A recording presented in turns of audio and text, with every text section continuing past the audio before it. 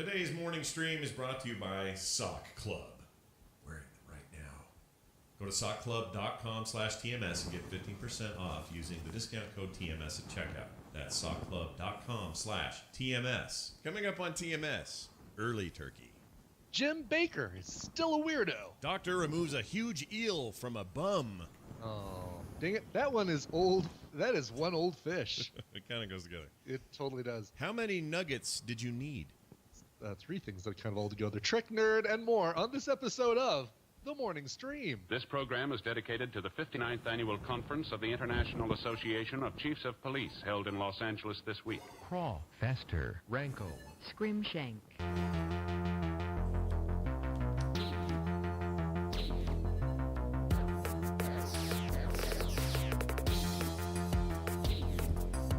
They are all that is man.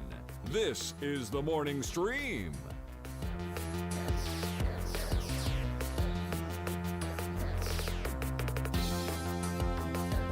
Hello, everybody. Welcome back to TMS. It is Monday, November 20th, 2017. Scott Johnson here with Brian Ibbett. Hello. Good morning. Hello. I'm practicing for our eventual 3D 4K version of TMS. Oh, I didn't know which that will was. be Is that already debuting coming? sometime in 2019.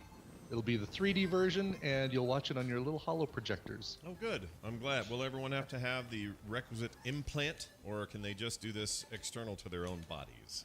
Oh, they actually already have the implants, Oh, Scott. shit. They just don't know it. Shit, I've let it out. I've let out the news. Yes. What shall we do now? That time that, at midnight when everybody fell asleep and everybody got implants, and then they woke up and didn't realize it. I wasn't Dark supposed to City. say that, was I? I was supposed to And leave. then Jennifer Connelly was singing in a bar. Yeah, I remember that part. I remember being told not to say anything, and I've blown it already. Right, exactly. What are you Number gonna one do? rule of RFID implants. Yep. Oh, well, what are you going to It's do? not RFID. Whatever. It's, look, you call it whatever you want. It's TMS, and we're here. We're doing it. We're having a show. Thank you all for joining us. So, interesting week. We got Thanksgiving, of course, and that's on Thursday, and that's an American holiday. So, sorry, everybody who listens to us in other parts of the world. We're taking that day off. So Thanks for taking a practice run at it, Canada. Yeah. Good job. Good job, on guys. Yeah, October Thanksgiving. What the hell is that? But anyway, so there's that. So Kim got home from her trip. She got home at about 11:30 p.m. Saturday night, real late. Steve picked him up, though, which was nice. Oh, good. That's right. You were lamenting over the fact that you're going to have to run out to the airport and get them. Well, I thought I was. Steve and drew then the short straw, huh? Yeah, and then I talked to her, and she goes, "Oh, Steve's getting us." I went, "Oh, all right." And then I just sacked out on the couch until she got home. Nice. And so she got here. I was able to sufficiently tidy up before she got home, which was nice. Yeah. She's had a great time. She's all tan and had a wonderful time. So she's home. And then I forgot about this, and she hadn't, though. She was all ready to make this happen. Sunday, yesterday, was first Thanksgiving for the Johnson clan. It's like hobbits. Yeah. First breakfast. Because on my sister's at my sister's house on my family side, we decided to have a big pre-Thanksgiving Thanksgiving because the actual day, everybody's all split up in different ways with different family and all that. So it's getting to that point where, we can't all just be in the same room every year. So we had a pre-Thanksgiving, and that included, great big turkey and the mashed potatoes and the Kim made stuffing. It was all this stuff, and it was great. Good traditional yippee-yay, yum yum. Real good. We go over there to her place to do it, and I thought, oh well, this is a good chance for me to try to be a normal person and not pig out. Like this would be this is my test to see how I would do. Right. Oh, this is good. Right. You basically it's dangling a stripper in front of you and seeing if you go for the bait. Basically. Yeah, it's like having a pile of money and a deck of cards by a gambler and seeing if he can. Right, that would be my example. Sure. seeing if Brian would just pick it up for a little slapjack instead of a full game of poker where he loses everything or whatever, like Rounders, like that movie Rounders that we saw. Look, for me, it's craps. And, yeah. And John Malkovich would quit splashing the dice. It's my club. I'll splash dice whenever I want.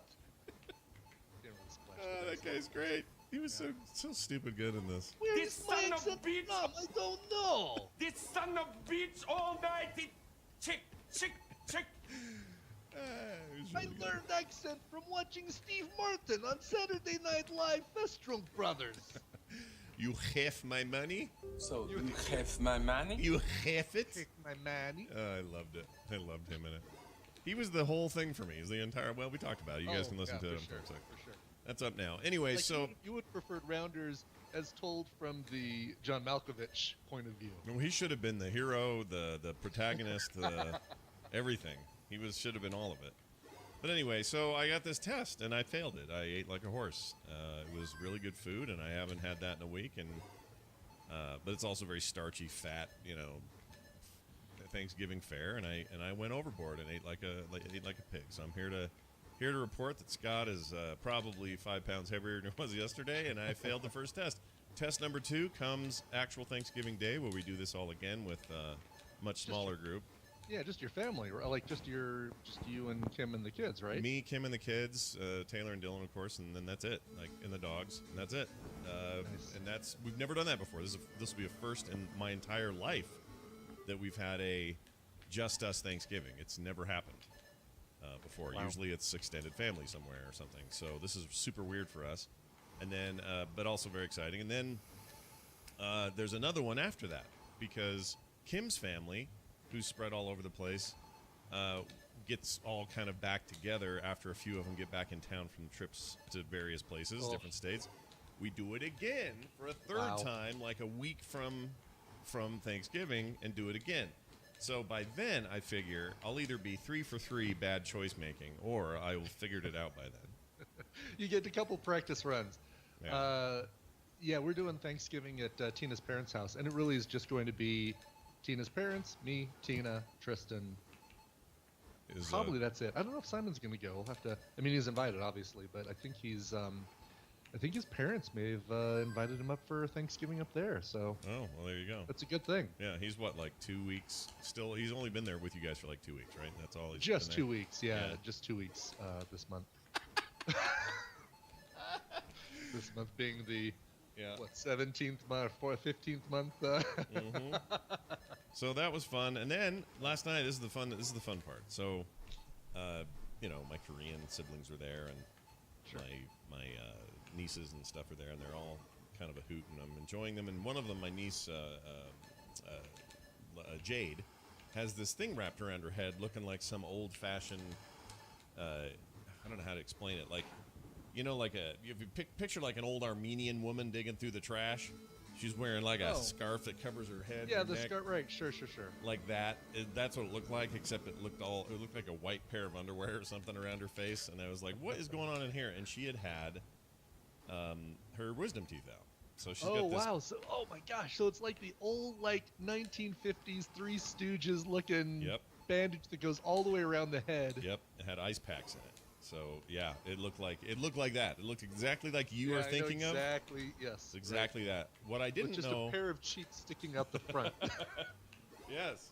So what I didn't know is, my brother-in-law's got this nice theater in his basement. So we go into his theater room, and somebody airplays their phone video of her coming out of her stoned state of getting her teeth out, and it was just about the funniest damn thing Why do you people do I've that ever to seen. each other? I don't know. It's so weird. And not only that, we watched that, then we watched my other niece's videos that someone else had on their phone.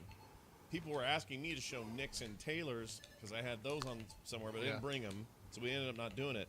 But we spent like 2 hours laughing at stoned children, basically. And Nice.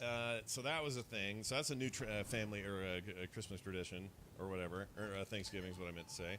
So we did that for a whole bunch of time. And then what did I do? I went upstairs and I ate a little bit more.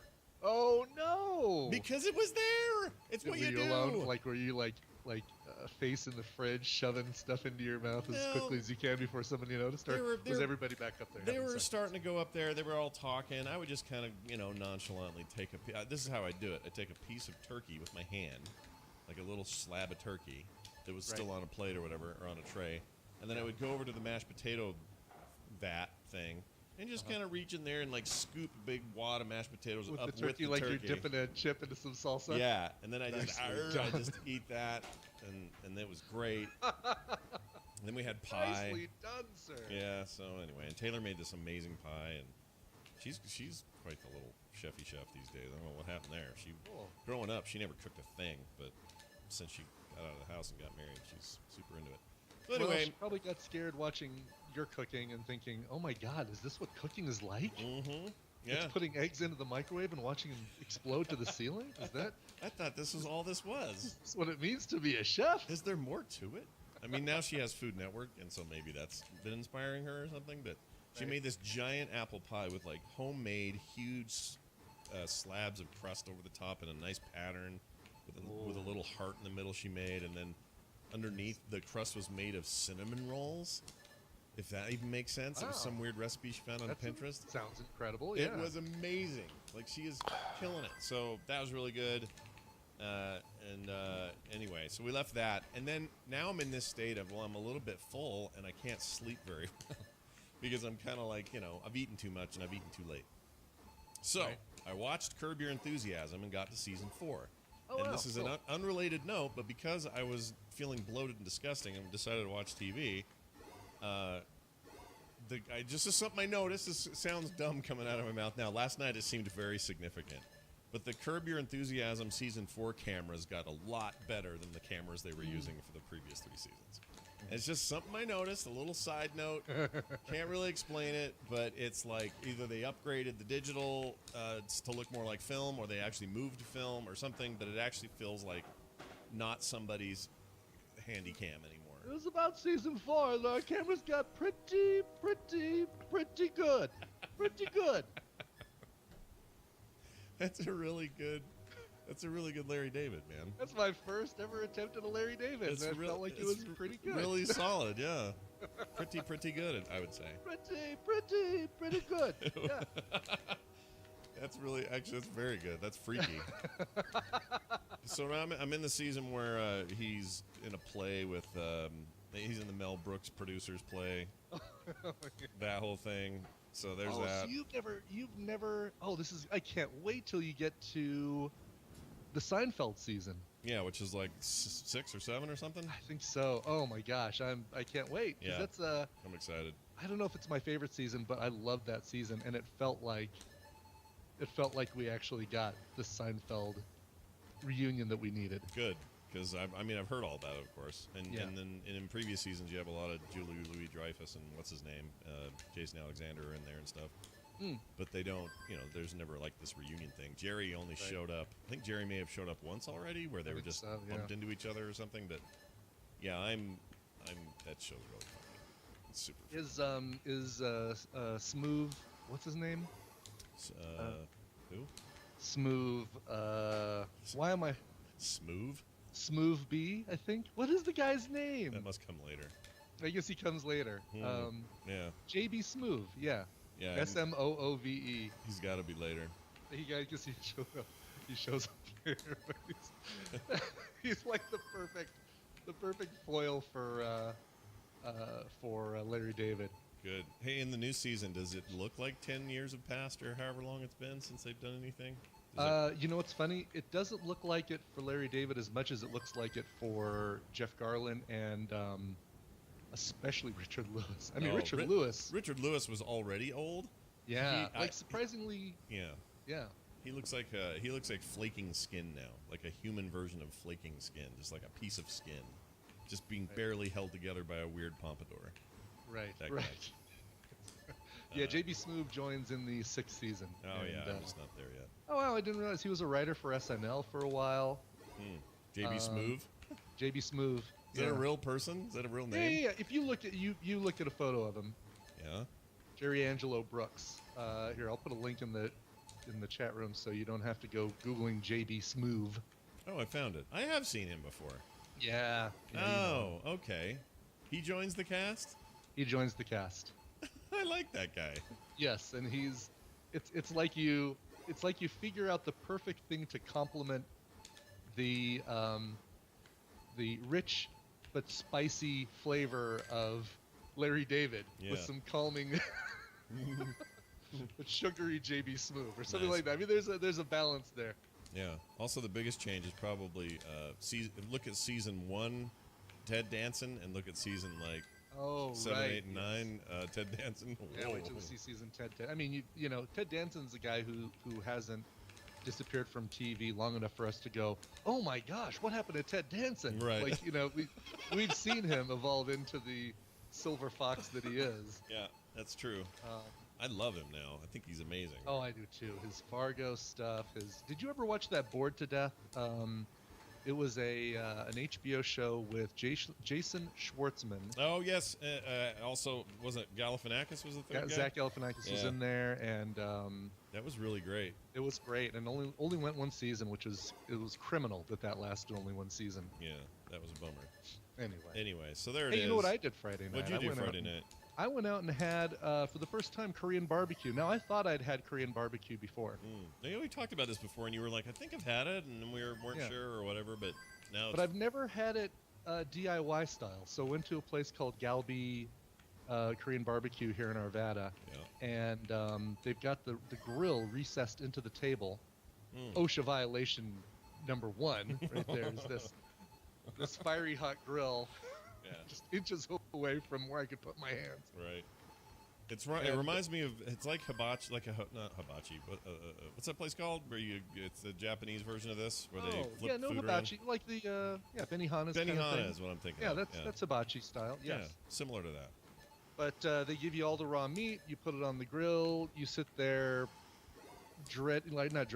sit there with anxious anticipation for it finally to be ready for you to eat. And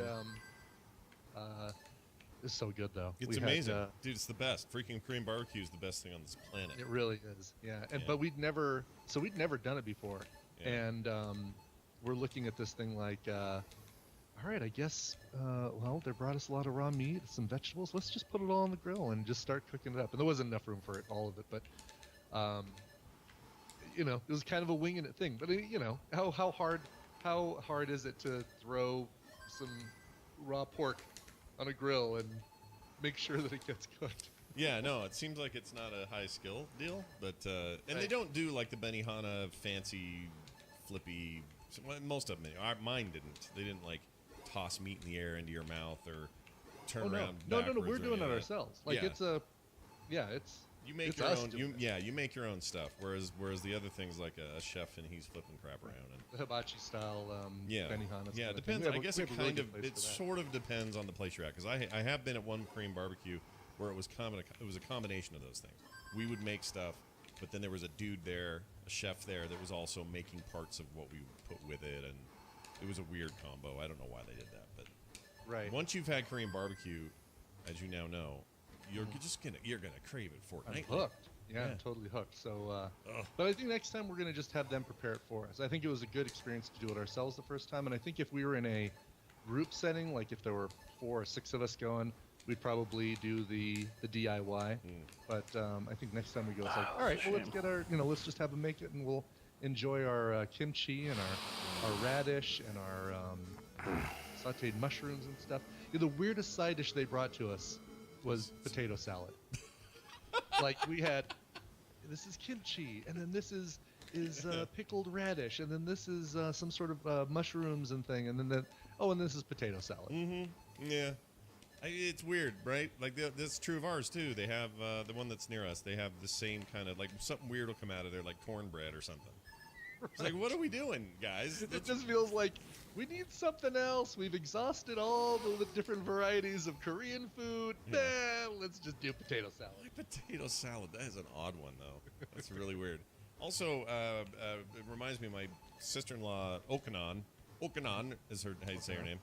Sure. I call her Opanon because it's funny. She's my brother's husband, and she's very Korean, and she brought sushi last night. Yeah, which I think is just weird. Like Koreans aren't known for sushi. So no, for sure. Korea, so she made sushi. It was fine, but it just I'm like, hey, where's the bulgogi or the freaking fresh kimchi or the whatever? Like, bring us the real stuff here for our traditional Thanksgiving with this bunch of white people and Koreans. That's also a strange Thanksgiving choice too. Yeah. Oh, no question. right? Yeah, Like, it's right. very odd. Anyway, also, Beyond the Playlist happened. I saw a post this morning. How'd that go? What'd you guys do? So, Hammond and I did a couple recordings this last weekend. We recorded Lex, or Beyond the Playlist. We talked about a guy named Lex Dallas.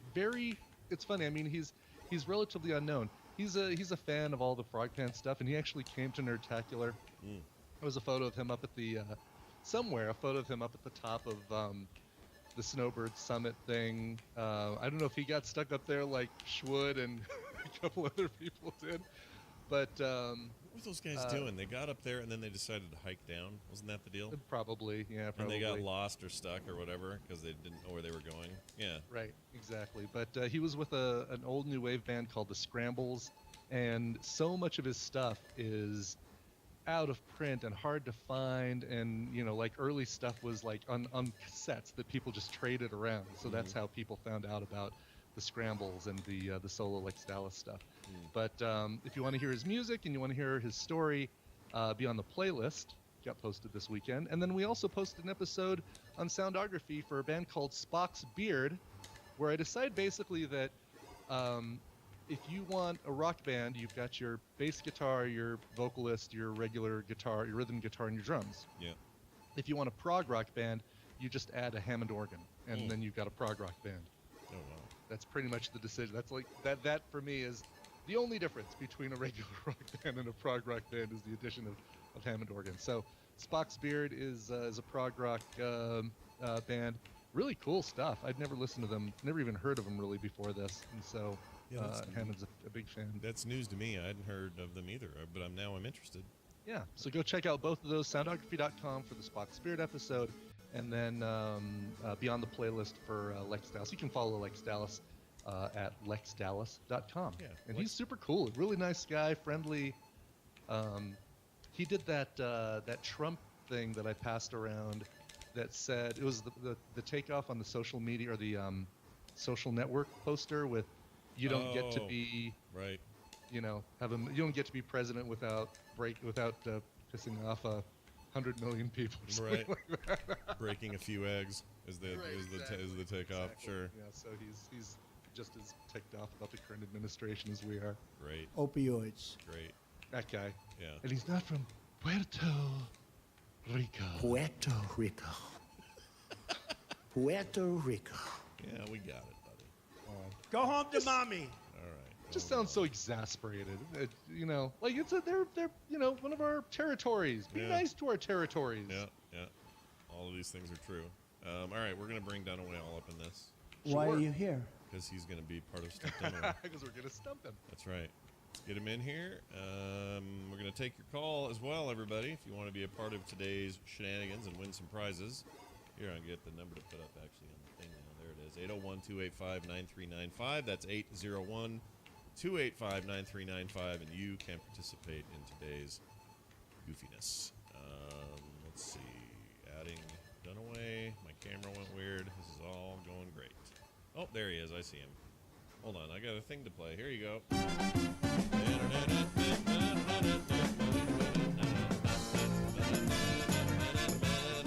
Hey, it's Brian Dunaway, all the way from sunny South Carolina. Welcome to the show. Ooh, sunny and cold. Are you still in Greenville? Yeah? Greenville. Nope. No. Hold Yes on. again. Charlottesville. No, Charlotte. No, that's North Carolina. Nope. Hold on. South Carolina. Myrtle Beach. Myrtle Beach. Ooh, He's I close wish. to Myrtle Beach. You're close-ish. Aren't you like down 3 hours away. closer than Savannah? Yeah, a little closer to Savannah. All right. What town are you? That's the border. What town is it then? If it's not I'm Greenville? in Greenwood, South Carolina. Greenwood. That's it, Greenwood. Yeah, go get a doctor to look at that when you get the Greenwood. We're not nearly as large as the Greenville. Yeah. Well, you were in Greenville for a while though, right? You are in the morning though. Yeah. No, I go to Greenville a lot. I was in Greenville yesterday, as a matter of fact. I was Christmas shopping before the Christmas shopping. Oh, wow, look at that. You're some kind of freak, is what you are. By the Heck way, no. I caught Ibbot's joke, and it was very funny. Well done.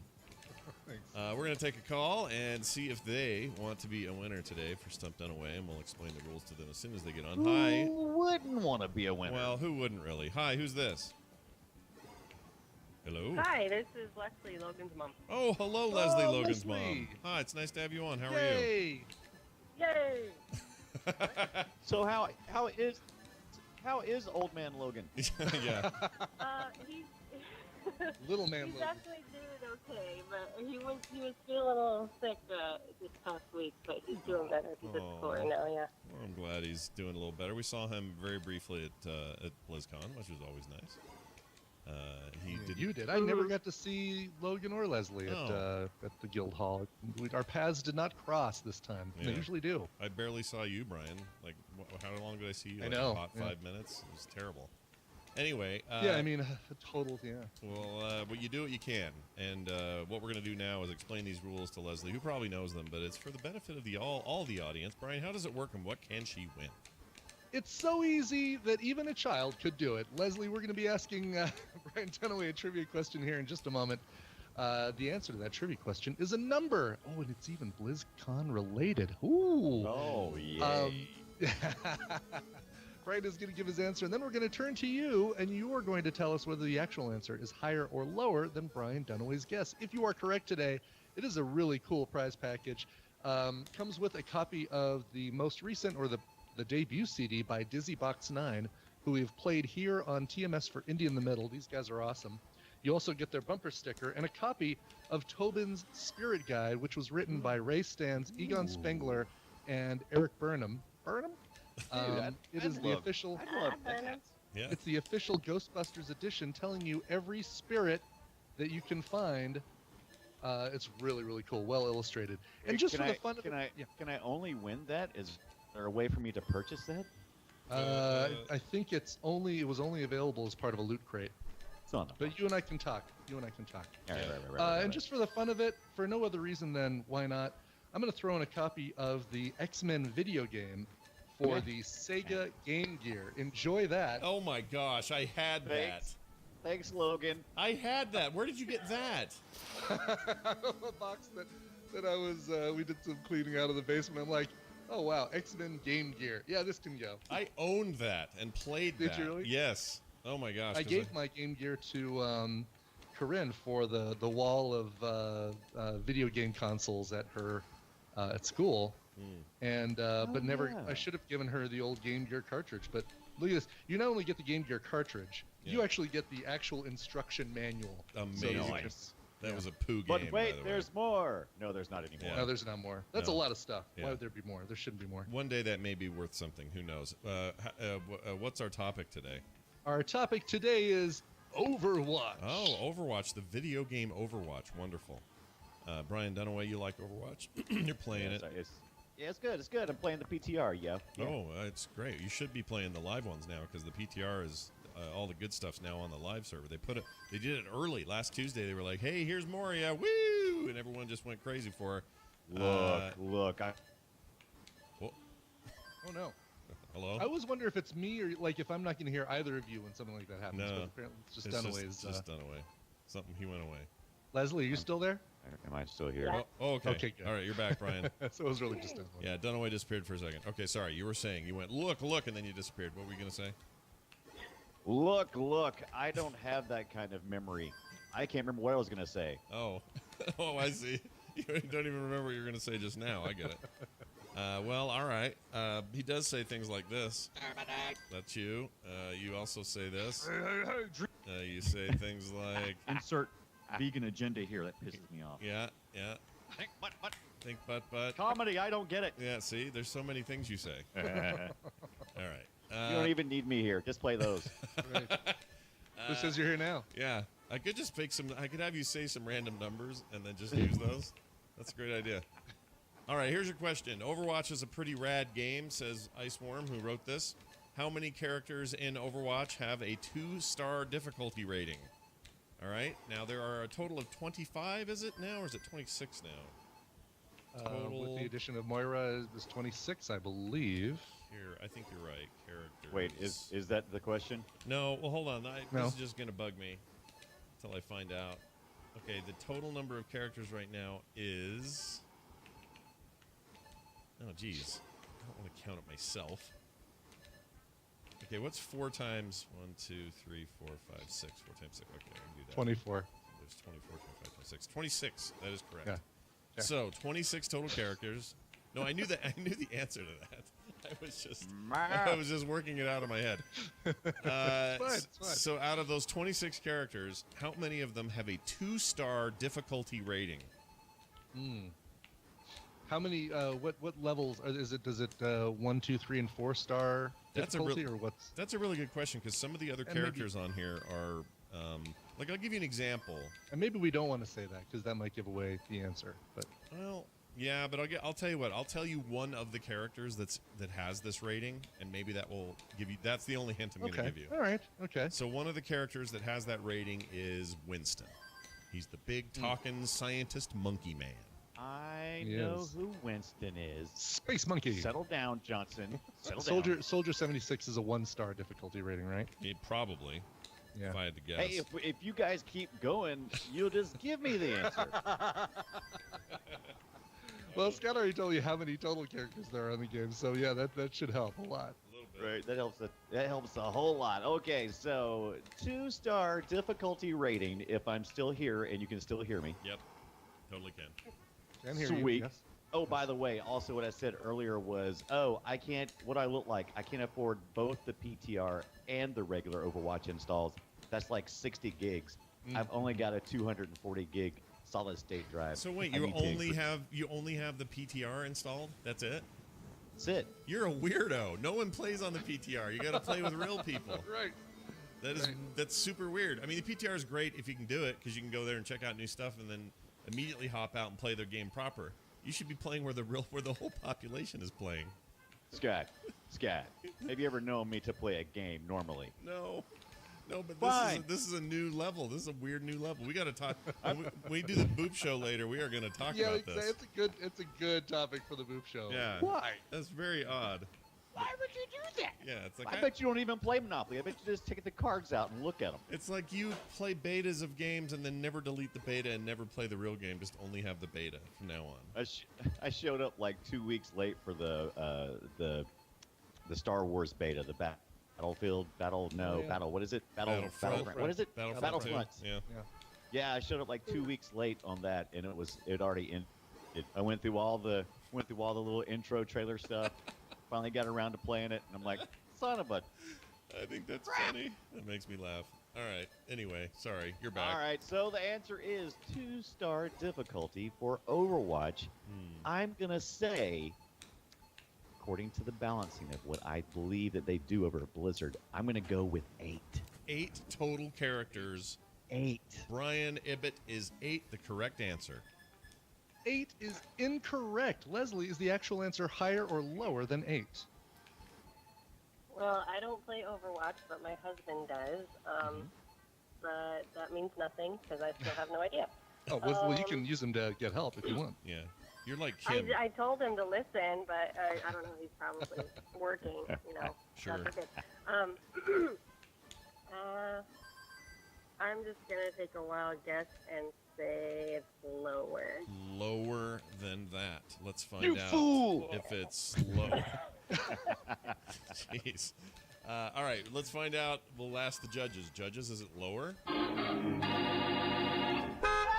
no, it's not lower. It's higher. The answer is 11 characters. They are McCree, Tracer, Junkrat, Torbjorn, Widowmaker, Diva, Orisa, Winston, Lucio, and Moira.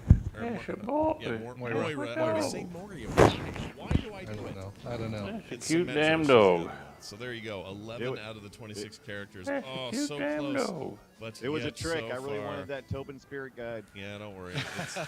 Sounds like You don't get it anyway, Brian. It's not going to you either. Yeah, sounds like you got a couple of them. Maybe you'll, if you're nice. I might have a couple. Actually, it looks like somebody found it on Amazon. So just do a search for Tobin Spirit Guide Ghostbusters Edition, and you'll find it on Amazon. Now you're taking it back. I got you. No, that's All right. fine. That's fine. No, I'm good with that. Listen, So- Leslie's loss is someone else's gain. This thing will move forward to the next thing Wednesday, and then someone will win a bigger prize package. And I can even tell you right now that the that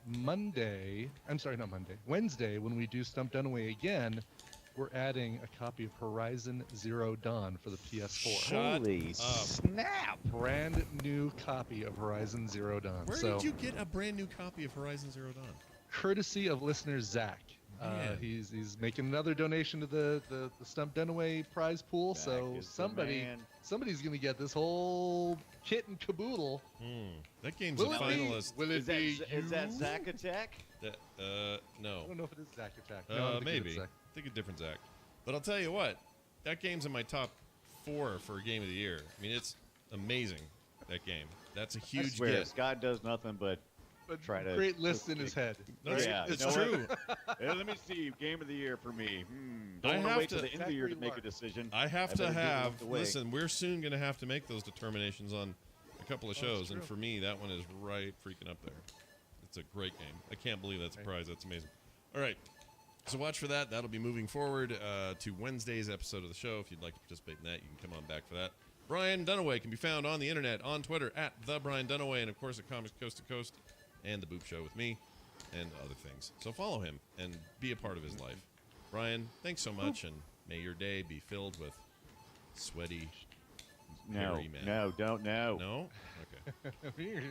Gross. All right. Well, there you go. That's a good time had by all right there. Let's do this. It's the news brought to you by Coverthon. Look, you saw this prize package I have here for Stump Dunaway. That's nothing compared to 16 hours. I keep getting it wrong whether it's 16 or 18. It's 16 hours of prizes, fun, guests, TMS, Film Sack, Pokemon Go podcast. Tom Merritt's going to come on. We're going to do an episode of Brian and Tom explain ... I don't know what we're going to explain yet, but we're going to explain something. Potentially Christy Cates is going to be a guest. The Spagnolos are going to come by the studio. It is going to be you. Oh, Andrew Allen is going to come on. I think we're going to do an announcement of a new project that I'm working on. Finally, I'll get to finally tease this thing. Or stop teasing this thing. All of this Friday, November 24th. That's this coming Friday. It's the day after Thanksgiving. To raise money for Alzheimer's research. We want to get your support of that, and some money goes to operating costs for Coverville and stuff like that. But over the past 8 years, this will be the eighth annual Coverthon, we've raised nearly $50,000 for Alzheimer's research. Now, okay, that's not Bill Gates' donation level, but come on, that's pretty dang good. It's pretty good for a podcaster Hall of Famer. That's right. That's right. Exactly. So be here for the 8th annual one. It starts at 8 a.m. on Friday. It's Mountain Time over there at coverville.com/live. Yep. 10 a.m. TMS, 1 something, Film Sack, all kinds of cool stuff. That's right. Yeah. All day long. Nothing but watching Brian awkwardly eat leftovers in front of the camera. Yeah, of course. What else we got here today? Let's see. Oh, do you know Jim Baker? He's the well, not personally, but yes. Yeah, he's the weird old. Well, he's old now, but he was that defrocked televangelist with the makeup-laden wife who boinked. What was her name? Jessica Hahn. Was it Jessica Hahn or some kind of Flowers name or something? No, Jennifer Flowers was Gary Hart. No. Jennifer Flowers was Bill Clinton. Jessica Hahn was Jim Baker. Oh, right. There's so many people. Mm-hmm. Well, he's in the news again, and here's his deal. He is threatening viewers' grandkids with eternal damnation unless they buy his pancake mix. Disgraced televangelist Jim Baker stoked fears of presidential assassination while claiming that their grandchildren of his audience could face eternal damnation unless they call his 1-888 phone number and send him $60 plus shipping for a bucket of pancake mix. Can I point out that I think you just said internal damnation, which I think is even funnier when we're talking about pancake mix. That's a good point. Did I say internal? I think you might have said internal damnation, but I might be wrong. Eternal is what I meant. He says, if they kill our president or they destroy him or whatever, if we elect the other side, I mean, they've come out against God. I think maybe Trump is here to give us time to get ready because all hell is going to break loose, Baker said. I went on to say we're not only going to have the Antichrist show up to get the sign of the mark of of our beast on our forehead. What? To get the sign of the mark of our beast on our forehead. We're not going to have the Antichrist to show up to get the sign of the mark of our beast on our forehead. Yeah, it doesn't make sense. It will happen without hunger, he says. Hunger is going to be the main thing. You don't get it. Most people don't want to get it, but that's why I'm so obsessed with you being prepared, he claimed. That's why I want you to buy his damn thing. I'm going to play a little video from this. Oh, I love it. Yeah, so here's a little... You know, if they kill our president or they destroy him or whatever, if we elect the other side. The other side. I mean, they've come out against God. They just said, we don't want God even in their platform. So this is it, John. Listen. I think maybe Trump is here to give us time to get ready because all hell's going to break loose. And we're not going to have the Antichrist show up to get the sign of the mark of the beast on their forehead. It won't happen without hunger. Hunger is going to be the main thing. You don't get it. Most people don't want to get it. But who are these people? Why do they sit around that table and listen to this garbage? They are paid very, very well. I don't get it, man. I love that. There's no way that person understood the sentence that Jim Baker just uttered about the sign of the mark of the beast on our forehead. Yep. Hold on. Difficult Candy Crush level. Okay, good. Yeah. Yep. And the lady over there next to him doing the same thing. I guess the lady next to him is his new wife or whatever. But let's see. Norm Macdonald has a joke about it. Hold on. I may have to play this. Hold on. I'm excited. Hey, it's... Well, never mind. It's just Norm coming out on stage. All right. Hey, you know that thing about that Jim Baker? Jim Baker? Yeah. You hear about Jim Baker? Yeah, he... Here we go on my $5 fill-up from KFC. I love Norm so much. I love him. He's a national. He's actually Canadian, but I'll still say he's a national treasure. We should have had Dunaway do his Norm Macdonald impersonation while he does a killer one. Yeah, he does. He does the best. One of the best ones I've ever heard. Yeah.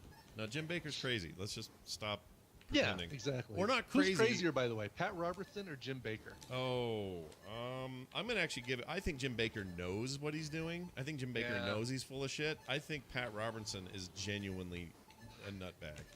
So true. That's what I think. Wait, that's not Pat Robertson, is it? Who's that? That's somebody else. I thought that was Pat Robertson, no? No. Hold on. That's, Hold on, that's, Tongue. No, that's you. Hold on. Why am I saying tongue? I don't know. Hold on, let's see. Tongue. I can't find it. Oh, speaking. No. Speaking that terrorist. Blah, blah, blah, blah, blah, blah. I heard it. I can't find it. Now, he's the one he's the Guitar Hero something guy. That's the lady on that show, but he's the one that's much more like... Okay, that wasn't... for some reason, I was thinking that was Pat Robertson. No, that guy's the farting preacher, and I can't think of his name. Chat room, you know who the farting preacher is? Who's that guy? Farting... Robert Tilton is what people are saying. That's it. Okay. That's it, Robert Tilton. He's the one that got choo-choo-choo, that guy? Yeah. Okay. I can't tell them all apart. Could we put them all in one big Thunderdome style 8 men of God enter, 1 man of God leaves? Throw Third Eagle in there as well, and man of God, men of nothing, men of ripping people off, making old men of people, the collection plate. Yeah, making old people go, oh no, I better buy this pancake mix. Our Lord of the Eternal Collection Plate. Kills me. All right, doctors removed a giant eel inserted into a drunk man's butt. Now, here's the important part of this story, if you haven't already gotten it. I thought the headline was the important part. The thing I said at the top of the show where I said, doctors remove a huge eel from a bum, was it two meanings. Because look at that. Yeah. It's like bum a butt. Yeah. And bum the homeless person. Right. Except, it's not nice to say bum. Oh, no, he wasn't a homeless person. He was just drunk. He was a drunk man. Yeah, and that's who you might go, get out of here, you bum. Like that. Yeah, you're actually, yeah. You lousy drunk bum. Yeah, get out of here. It's closing time. Yeah, see? You don't have to go home, but you can't stay here, you bum. Exactly. It's closing time. Take this eel. Yeah. Doctors removed a giant eel out of his poo hole there. Right. Doctors in China, it's always in China these things are happening, recently removed a giant eel that was inserted into a man's anus. The man in his 40s arrived in Nanchang University Hospital in eastern China, drunk and too embarrassed to explain why the sea creature was all up inside there. The eel slithered its way into the man's abdomen, causing a serious obstruction. You think? It's like watching a moving truck get into a cul-de-sac where they can't back out. Yeah, this is a bad deal. Surgeons successfully removed the slithery serpent, and the man who refused to be identified is now recuperating in the hospital. Congratulations to that. Right. Also, speaking of weird things that are in the water, this thing is I found this article. It just is kind of weird. There's this fish. It's a fish. Is so old that it's been around since the Nixon administration. Wow. Yeah. Back in my day, we had a fish. Wisconsin Department of Natural Resources biologists say a lake trout caught this month near the Apostle Islands of Lake Superior is the oldest they've found in recent history. Fish was snagged on November 2nd in the Gull Island Refuge as part of the agency's Fall Lake Trout Assessment. You know, the FLTA. They have it every year. One of the great. I'm so glad that they are still getting funding. Yep. This is according to Brad Ray, senior fisheries biologist on Lake Superior. This is the 8th time they've tagged the fish in 4 decades. So this is the same fish. They've tagged it 4 times. It's been out at large for 36 years. When we originally tagged it at the time, it was 10 to 12, or when it was 10 or 12, it could have been much older than that. That makes the fish at least 46 to 48 years old and could be over the age of 50. It's entirely possible that if this fish is 46 to 48, this fish could be as old as you and I. That's right. It's exactly, yes. I mean, it's if it's between the ages of 46 and 48, then it is as old as us. Yep. This is my favorite part. Ray said to double the number to get an idea of how it would be in human years. So this would be like somebody living 100 years old. Wow. He says at the time the fish was 27.3 inches. Here's my favorite part. They've dubbed the fish, and I'm not kidding. This is what they've called the fish. Old fish. Wow. Yeah. Did they hold a contest on the internet to come up with that name, or They must did have just really have thought about it. You know. 18 men sit around a conference room table? You're not leaving this room until we come up with a name for this old fish. Yeah. Oh, wait. Hey, Bill, you just said it. I said what? Old fish. That's what we Old should fish. do. Oh, Let's order some Jimmy John's and call it a day. Ooh, Jimmy John's. Don't talk about food. That sounds really good right now. The trout's age was determined by its size. First caught in 1981. At that time, it was 27.3 inches. Already mentioned that. They can live to a pretty ripe old age, although sturgeon reach sexual PB, motherfuckers. 5 and live up to 100 years old. In human years, lake trout usually reach their sexual maturity when they are 7 to 8 years old. I do like some of the suggested names. Of course, Fishy McFishface would be the perfect recommendation. But I do like. I think my favorite might be Gary Oldfish. Yeah, Gary Oldfish. Well done, Strict Stretch 1. Fishy McFishface.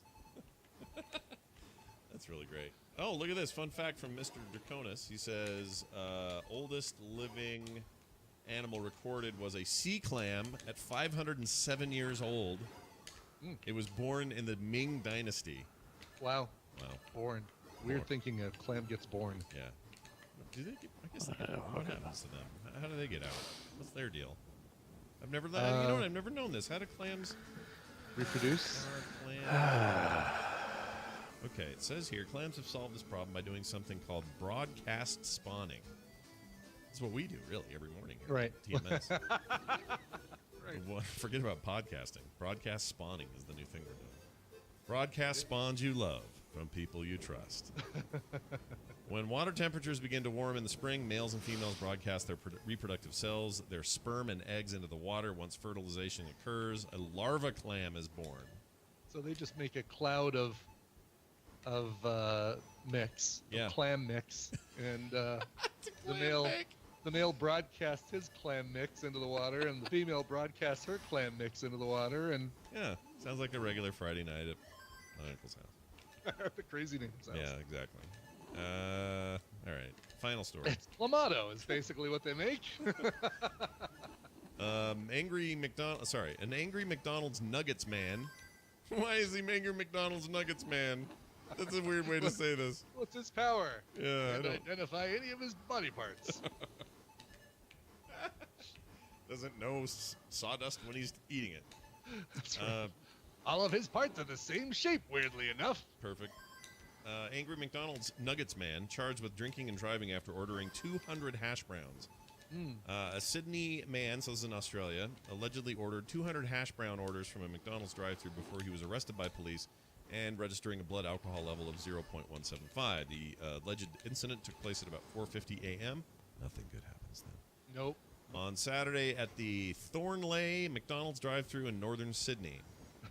Police claim 30-year-old Epping man. Where's Epping? Is that somewhere? It's in Australia. Yeah, I figured. It's down under there. Yep. Became angry at staff when he couldn't order chicken nuggets because they weren't on the breakfast menu. Hey, is it too early to get some chicken nuggets? Is it too early to get some chicken nuggets? It's not an order. This is an order. Yeah, literally, he made the weirdest order ever, which was he ordered 200 hash browns while he was pissed. He's like, "Oh, fine, 200 hash browns." Anyway, he was gonna. Why anyone would do that, or if he was gonna actually eat those, who knows? But after the police were called, he was allegedly found intoxicated at the wheel and still waiting for his hash browns. Sounds more like he's the angry hash browns man, not the angry McDonald's Nuggets man. Yeah, with news.com.au. What are you doing? Yeah, maybe come up with a more appropriate name. Would ya? Try harder. Be better. Do better. That's right. We're gonna take a break when we come back. Straight to Trek Nerd today. Steven's out. He's doing stuff, so it's a holiday week for him, and he's got all kinds of family stuff. So he is not here, but we will have the Trek Nerd. I got a fun little historical fact to share with Daryl after he's given us whatever the hell he's given us. Cool. So that'll come up shortly. Before that, though, if Brian could please pull out his music stick and tap us all on the forehead twice. Wow, nice. That will ordain you all as honorary music lovers. Great. Dylan W. in the Tadpool recommended this one for Indie in the Middle.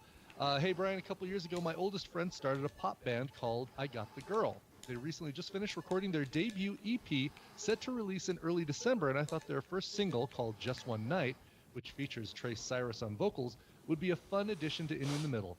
You can find them on Twitter at IGTG, I Got the Girl, IGTG Live. So go check them out. If you like this, make sure you hashtag or you tweet at them and say, hey, totally dig this. Big thanks to Dylan again for hooking me up with the band and letting them know we're going to do this. This is from the new upcoming EP from I Got the Girl. Here is One Night. One Night. We'll be back in couple minutes. Bye. Waking up hungover from a night I can't remember. Found your number in my pocket. How did that get there?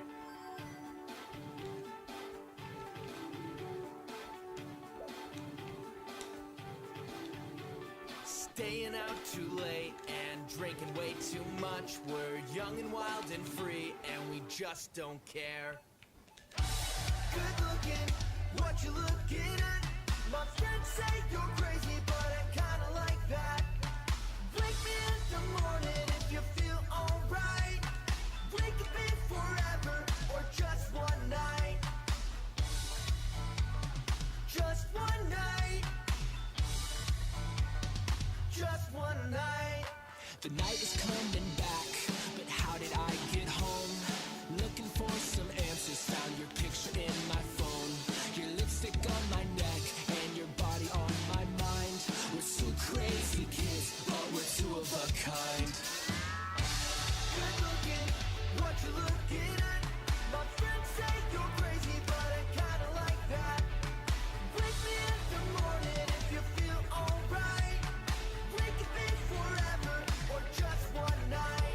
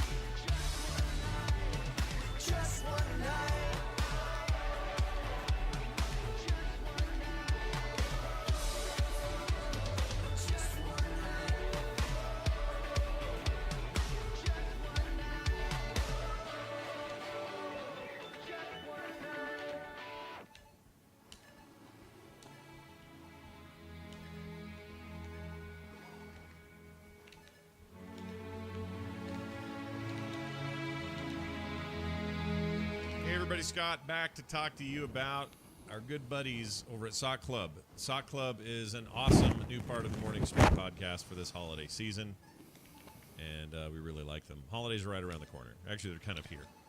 And Sock Club is delivering the perfect gift experience. Remind your loved ones that you care each month with a high-quality, American-made pair of socks. That's right. Sent straight to your door, featuring different designs and a personal note every month that can be customized before each shipment.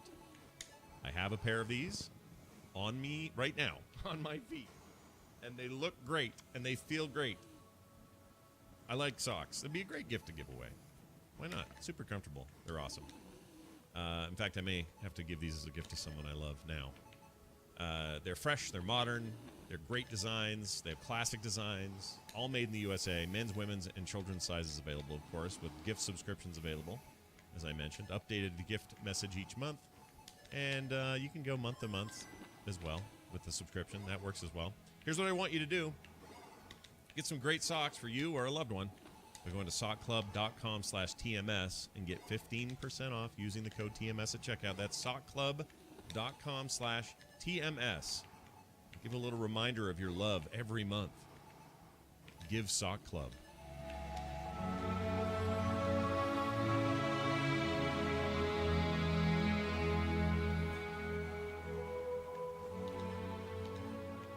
If it wasn't a meteorite, Commander, what was it?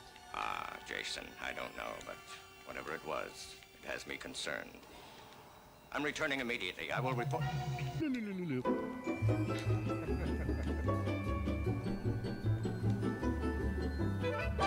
This is the morning stream. Hail Hydra!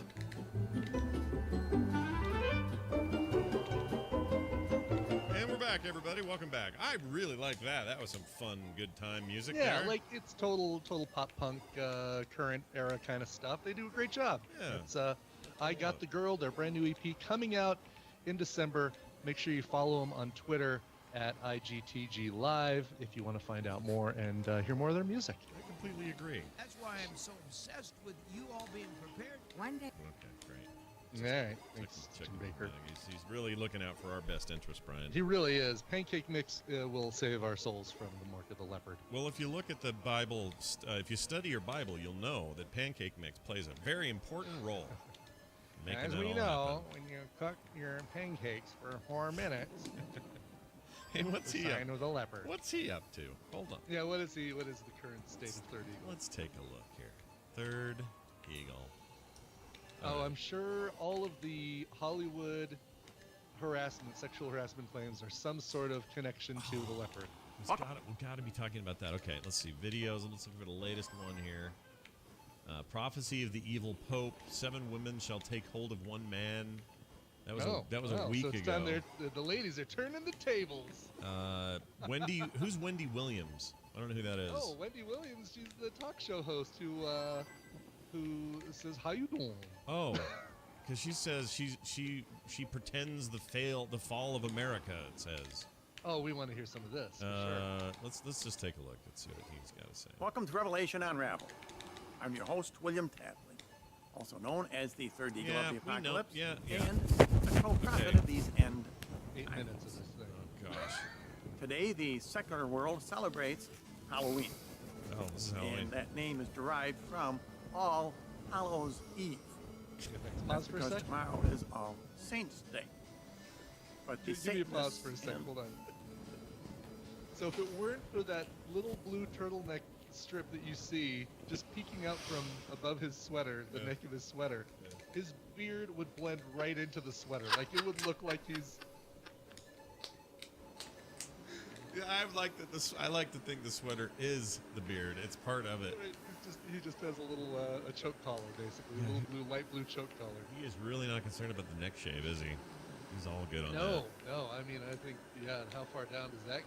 Let's see what else he says here. The demons have perverted it into a celebration of death. That's why you see so many skeletons. Shut up. Gosh dang it.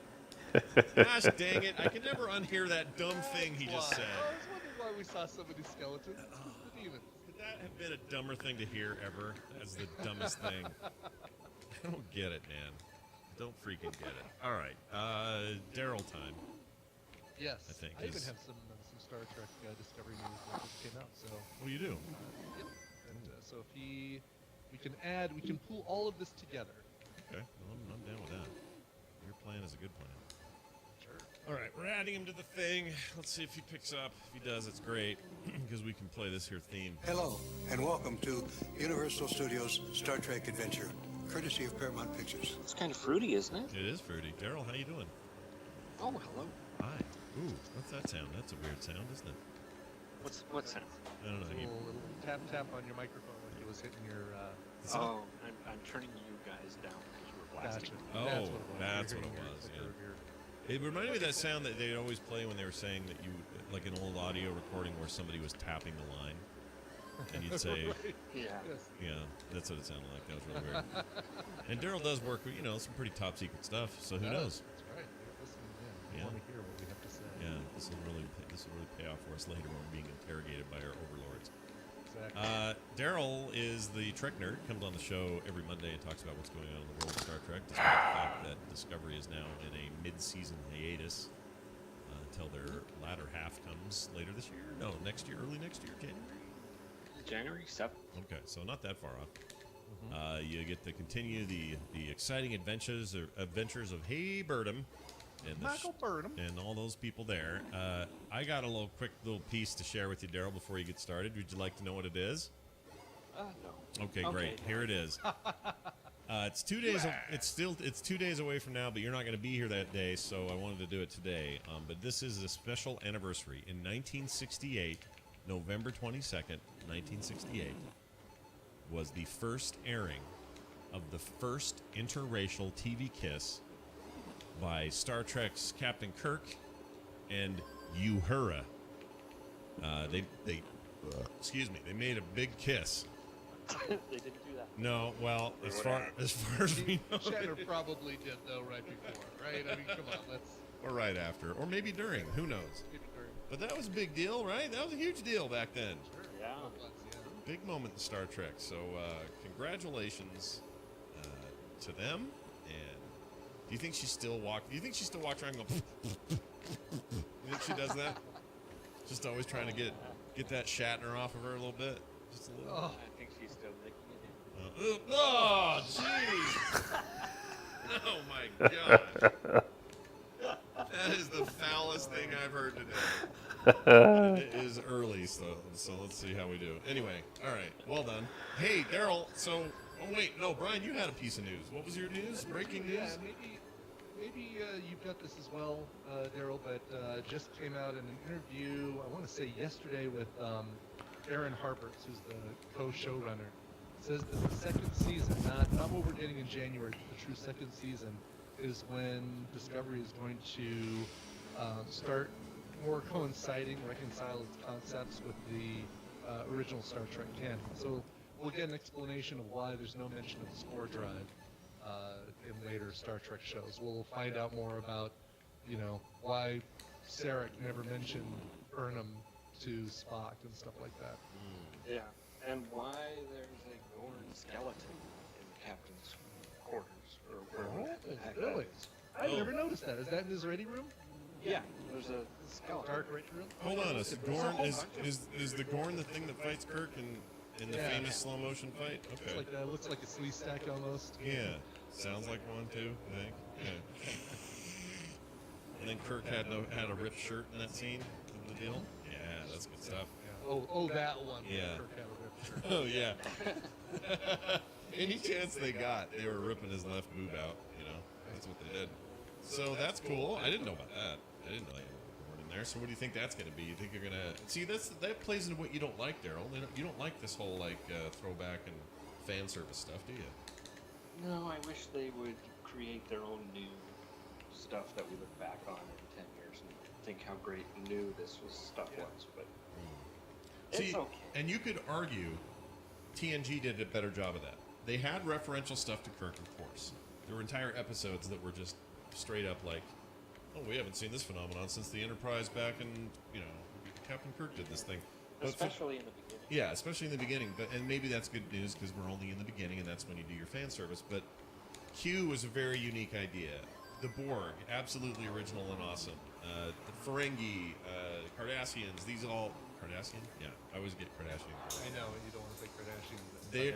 They are all pretty unique and new. And for those right now going, no, Scott, that was DS9. No, the Cardassians showed up in TNG long before DS9. So, Bajorans, like, just new depth to the universe came out of TNG. It would be really cool for that to happen here. The hard part is because it's a prequel, you kind of have a problem with you can't come up with too much stuff significant, or else why did nobody on TNG talk about it? That's why I wish it wasn't. Yeah. That's my only gripe with it. And it feels like the only reason they made it a prequel is just to make this a big Klingon war before we started getting along better with the Klingons and I know the real reason. Oh, do you? Whoa. Hold on, this is an exclusive piece of news here. Okay, go ahead. No, the original. What's his name?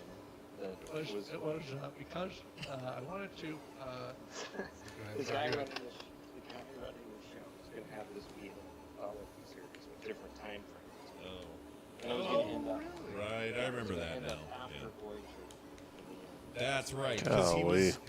What's his name that ended up doing American Gods and getting out of this? Yeah. Brian Fuller. Yeah. It was Brian Fuller. Okay. Brian Fuller's idea was like, it was going to be like Fargo, where you're going to have befores and afters and beyonds and all that, which could have been pretty neat. And that idea's been scrapped, right? I mean, basically, because he stranded us with the spore drive in pre-Kirk timeline, we're now stranded. Yeah, they started setting all this up at the beginning of this anthology, and when Brian Fuller left, it just got stuck this way. He said, nope, we're not going to do that. We're just going to have one thing. This is what you get. That bums me out. That could have been so interesting, And they could have so easily just created a new race for Starfleet to get in a war with. It didn't have to be Klingon. And really, for all intents and purposes, I mean, these aren't our mother's Klingons, right? I mean, these are such different looking and somewhat different acting Klingons that this could have just been a race called Klingons or something like that, and it could take place after Voyager. Also, the phrase "these aren't your mother's Klingons." The phrase "these aren't your mother's Klingons" is not your father's Klingons. Wait, how would that go now? Because we're in an Inception. These aren't your mother's Klingons. These aren't your father's Klingons. Cover band. Something like that.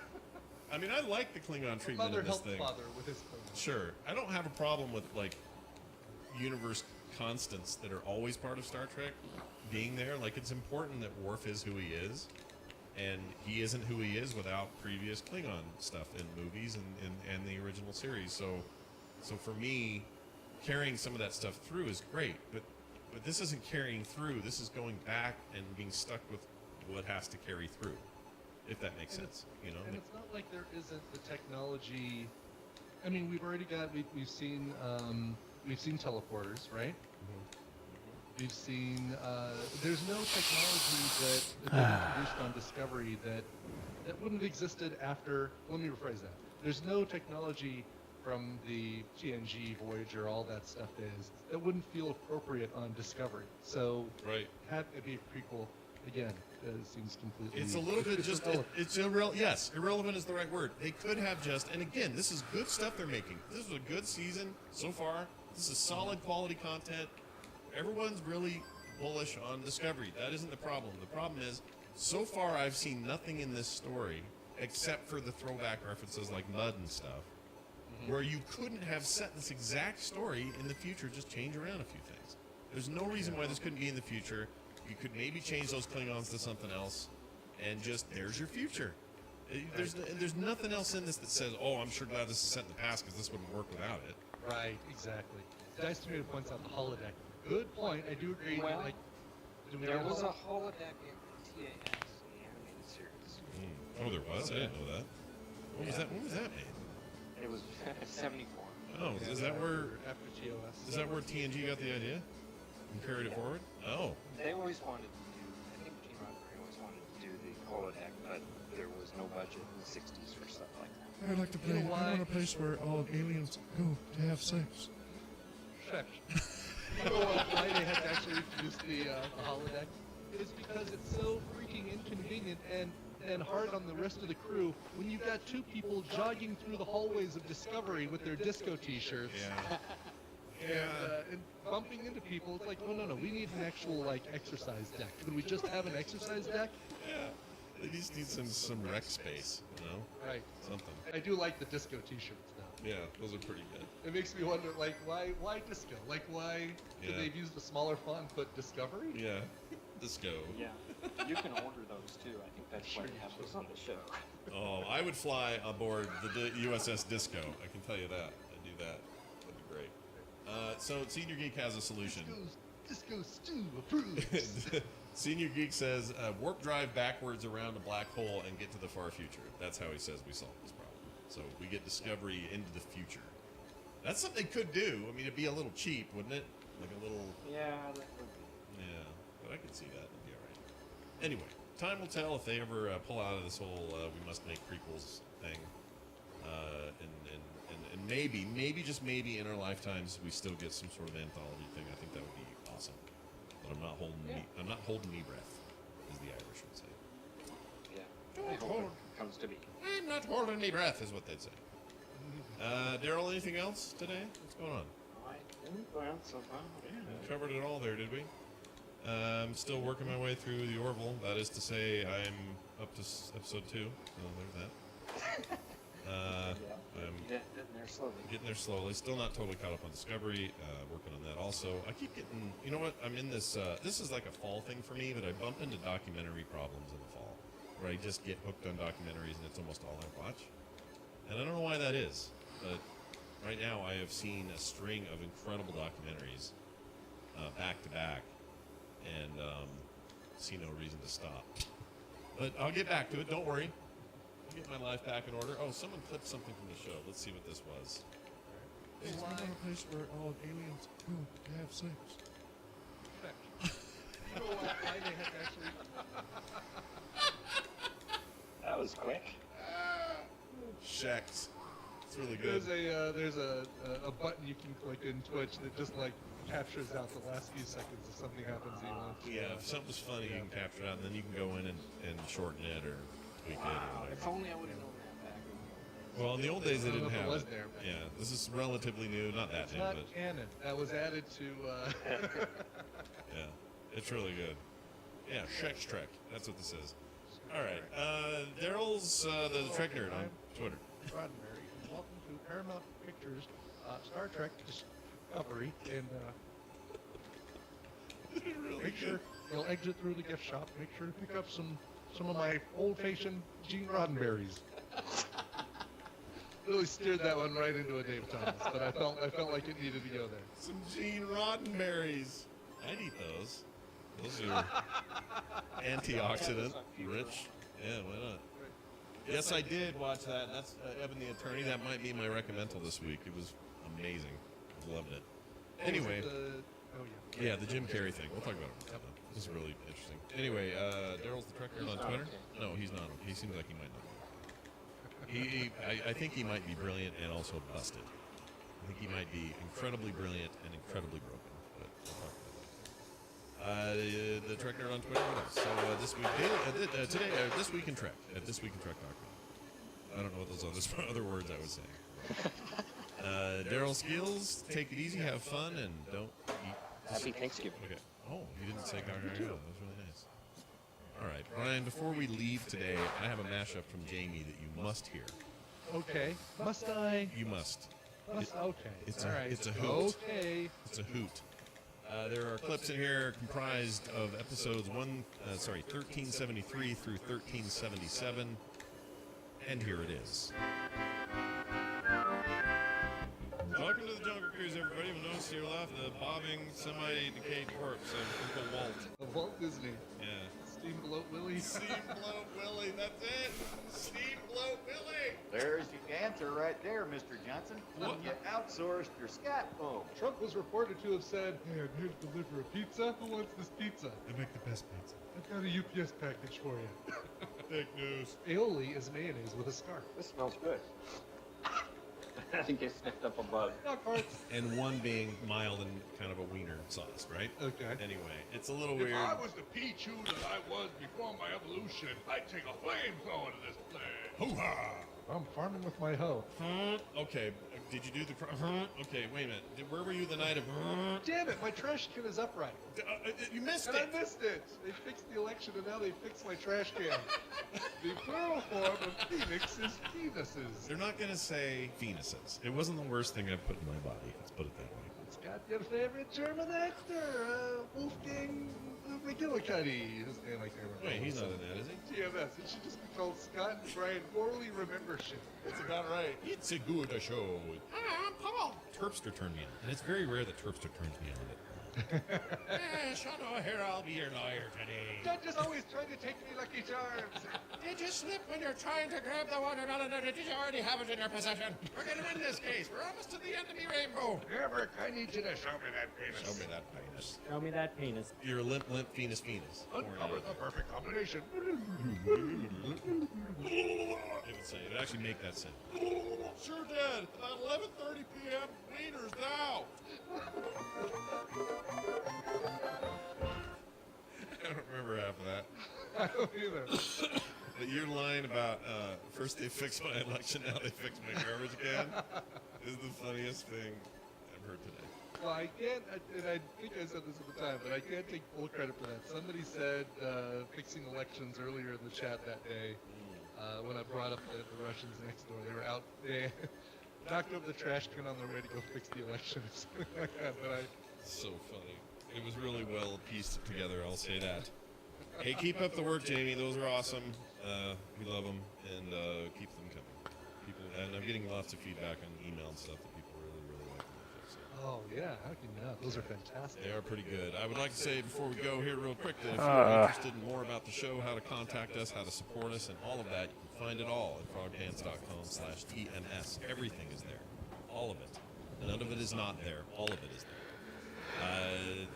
Double negative didn't work. Anyway, hey, go do that. Check out frogpants.com/TNS. We'll be back tomorrow with a normal Tuesday offering as well as Wednesday. Thursday we're off this week because of the holiday, but we're back at it on Friday during the cover-thon.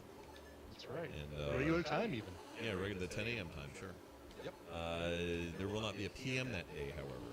We're sort of just counting that as a fourth day. Just imagine a week with no PM. That's all it is. Oh, and your PM could be Film Sack. Yeah. We'll have me and Scott anyway, joined by Brian Dunaway and Randy Deluxe. Yeah, that'll all happen. Check it out. Coverville.com for details. Okay. Let's get out of here. Do you have, we should leave. Okay, we should leave, but we shouldn't leave unless you got some kind of song to play, or else we're breaking some sort of law or rule. I could do that. I could give you a song. Okay. November 20th is Transgender Day of Remembrance, when those who died from anti-trans violence is remembered, or those who died are remembered. In honor of that, please play a cover of Androgynous. If you can't, perhaps something by a big gender fraker, David Bowie. Thanks, Brian. One of TMS's FTM listeners. Nice. Anonymous. Okay, so yeah, the original version of Androgynous was done by The Replacements, Paul Westerberg and company. And one of the recommendations was the Joan Jett cover. I've played a version on this show, the one done by Miley Cyrus, Joan Jett, and the transgender lead singer of the band Against Me. The one I haven't played, though, is this version right here by the Crash Test Dummies. Yes, the Crash Test Dummies. They included this on their 1991 album, The Ghosts That Haunt Me. And, of course, you hear Brad Roberts and his famous baritone singing on this one. Yeah. This is Androgynous, originally done by The Replacements, covered here by Crash Test Dummies. I love these guys. He's so cool. Like, who else does that? He is so cool. No one else does that. Nobody else does that. It's like Satan coming out of the ground and singing to you. It's pretty great. Anyway, here it is. Androgynous. We'll be back tomorrow. Bye, everybody.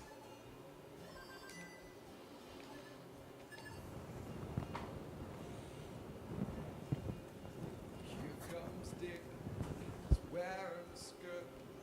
Here comes Jean, you know she's sporting a chain.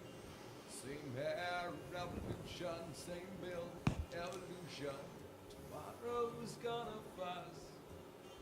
They love each other so. Androgynous.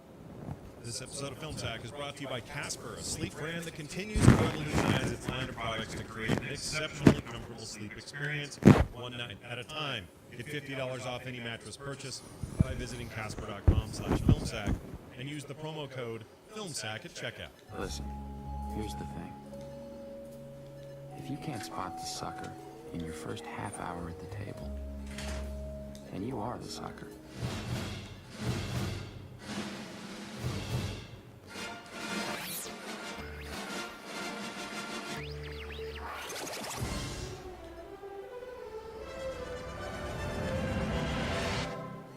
Maybe you'd like to join in. This is Film Sack.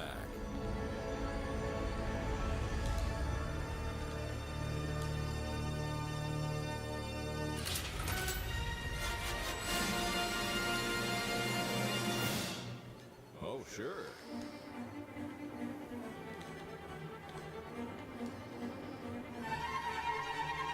Hello, everybody, and welcome back to Film Sack. This is Film Sack, episode 358 for November 18th, 2017. We are mining the very best film entertainment for all mankind. I'm Scott Johnson, joined today by Brian. He always listens to his Oreos before bedding done away. Oreo. Oh, hi. Listen, here's the thing. If you can't spot the sucker in your first half hour of this movie, well, then you are the sucker. Hey, guys around here will tell you sack for a living, but it's like any other content creation endeavor. You can't sack for a living. You grind it out like toothpaste after your significant other squeezes from the top of the tube. Why?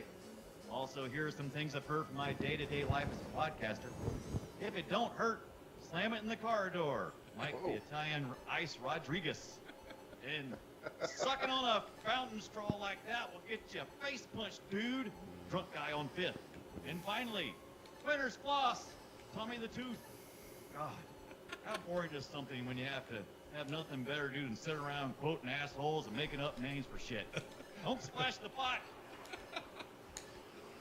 Wow. I think we already get a taste of what Dunaway might think of Rounders. Yeah. Also, witness Randy, I'd like to invite hookers over when I'm in a red long underwear piece and a bowler hat Jordan. Ah, aloha, Scott, Ryan. Hi. Ever tell you boys about the time I ran a gambling establishment down in San Antonio? Nope. True story.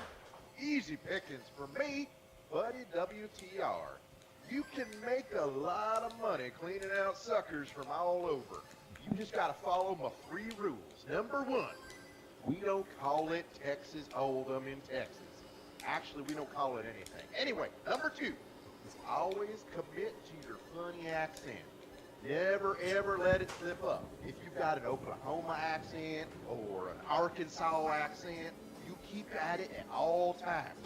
Except for me, I don't have an accent. Number 3, the key to never being caught by your tail is to not have one tail or 2 tails. You want to have bushels and bushels of tails. Look around a gambling room in Texas, and it looks like a performance of the Nutcracker put on by a bunch of coked up cats in chairs. Oh my God. Southern accent, Anna, did I ever tell you about the time I ... If we get one like old movie reference, I think Scott's gonna have he's gonna open his mouth and a bunch of bees are gonna fly out. Yeah. Yeah, like Tony Todd. That's how that would go. With us finally, Brian, this movie is boring Ibbot. Wow. Oh, okay, Brian. Good luck. Listen, you son of a bitch. I don't know what this filming sack is, but you're going to have to step up your game if you're wanting to sack me. I make many, many shit movies. You ever sack Jennifer Ed, you son of a bitch? No. I make Eragon. You sack that one? No. I make Mean and Iron Fist with Leonardo DiCaprio, and you don't sack that either. Oh, sure you sack Con Air, but every freaking alligator blood podcaster sack Con Air. When you son of a bitch going to sack Transformer Dark of Moon? Give me Oreo, I'm hungry. Is he in Dark of the Moon? Oh. Yes, along with John Turturro. I didn't know. I knew Turturro was in there. He was also in Aragon, which is on our must-see list if it ever comes up. Wait, was Aragon? I thought that was Jeremy Irons. Am I thinking of the? Was he in that too? Oh. All right. Well, there you go. Listen, here's the. Here's the thing with Malkovich. One of the great actors, man. The guy's amazing, versatile, weird, whatever. I don't know about this accent though. Like it's effective. No. Like it's effective at me going he's foreign, but I don't. I just feel like if I was Russian, it's not quite. Yeah. Where's our go-to Russian guy? I mean, why didn't we have Armageddon Russian in there? I mean, where was he at? I mean, was he busy He that wasn't year? actually Russian. We apparently have no real Russian actors in North America. Yeah, that's true. We don't have. Well, okay. There's that dude. Trump. The guy. By the way, Jeremy Irons and John Malkovich both in Aragon with Jimon Hansu. Oh, okay. I knew Irons. That's a bad movie, by the way. Have you seen that? I know. No, I haven't. I've been waiting for us to sack it so I can plan to see it. It's not good. The book was very popular, and that movie's terrible. But anyway, the deal with him, with Malkovich, is I find him compelling, and my favorite scenes in this movie were where he was in them. So it's not a problem. It's just that I hear that accent and go, y'all are faking this one. This isn't real. Accent? I don't know, man. I don't even know if I would classify it as an accent. It's more like I don't even know how to describe it. Yeah, it's part of it is an accent. I think it's very root is accent. But I don't know. It's not even Boris bad enough. No. Like, It kind of reminds me of mumble rap, which is not really an accent as much as it's just an attitude. That's To my ears, John Malkovich doesn't sound much different in this movie than Brian Ibbott just sounded in his greeting. Yeah, no, you kind of nailed